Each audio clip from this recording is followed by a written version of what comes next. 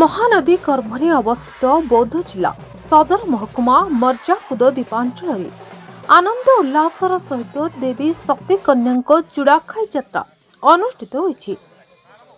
आज पवित्र मार्गशीर पूर्णिमा अवसर में दीपग्राम मर्जाकुदरे हजार हजार श्रद्धालुओं समागम रे देवी शक्ति कन्या चूड़ाखाई यात्रा संपन्न होईछि।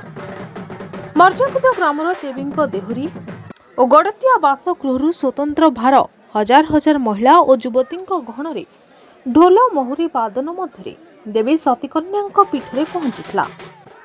यह शोभायात्रा समय महिला युवती माने अश्लील बोली उच्चारण पूर्वक देवी पीठ को जाई मनस्कामना पूरण पाई प्रार्थना करते।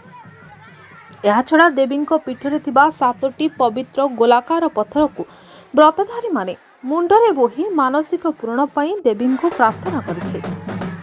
एभली विरल आध्यात्मिक तथा सांस्कृतिक कार्यक्रम में सामिल होगापाई जिला समेत राज्यर विभिन्न अंचल हजार हजार भक्त एवं श्रद्धालु दीपग्राम मर्जाकुदरे पहुंचते।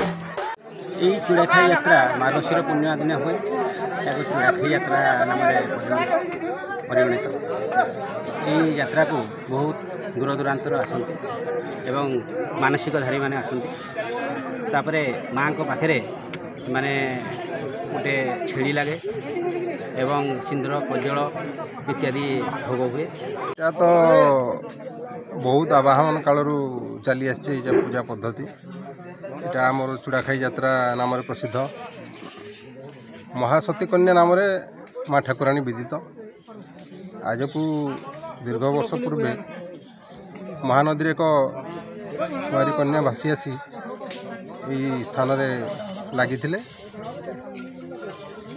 चूड़ाखाई यात्रा चूड़ा बोलते मस्तक चूड़ा नहीं खाए खंडी नहीं खाए आम भाषा गाँवली भाषा आम खंडी नहीं खाए बोली आम चूड़ाखाई यात्रा पालन करूँ।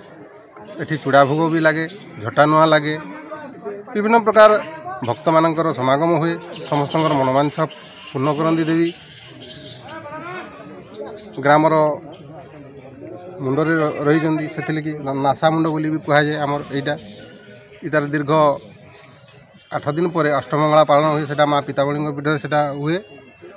यहाँ आमर मार्गशीर पूर्णिमा जो हूँ चूड़ाखाई यात्रा ये चूड़ाखाई यात्रा माँ माने अश्लील भाषा समस्ते कही आसती। तेरे एभली किसी गुरुत्वपूर्ण खबर देखा चाहती आम चैनल को लाइक सब्सक्राइब और शेयर करूँ।